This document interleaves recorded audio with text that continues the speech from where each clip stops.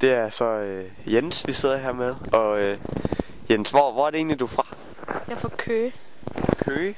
Okay, kan du fortælle os noget om, hvordan dit liv har været, før du kom herhen? Det er sådan, hvor jeg er blevet mobbet rigtig meget i skolen, og ja, sådan næsten hele min skolegang faktisk har jeg blevet mobbet med hår og udseende og være tyk og sådan noget.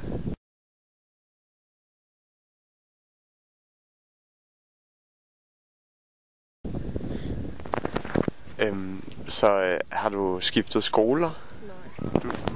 Nej, jeg har aldrig nogensinde skiftet skole. Og det var... Hvem var det, der bestemte, at du skulle herhen? Det var både mig og min mor. Vi besluttede sammen. Okay. Har du lært noget om kost og motion? Og... Ja, jeg har lært meget. Rigtig meget, ja.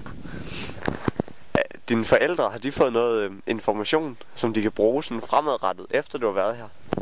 Ja, det tror jeg i hvert fald. Det skulle de gerne. Jamen, hvad er det for noget? Hvordan vi skal spise, og hvor tit vi skal lave motion og sådan noget. Tror du, at det vil hjælpe jeres familie fremover?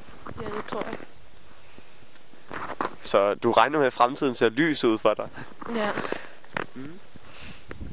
Må jeg også prøve at stille nogle spørgsmål?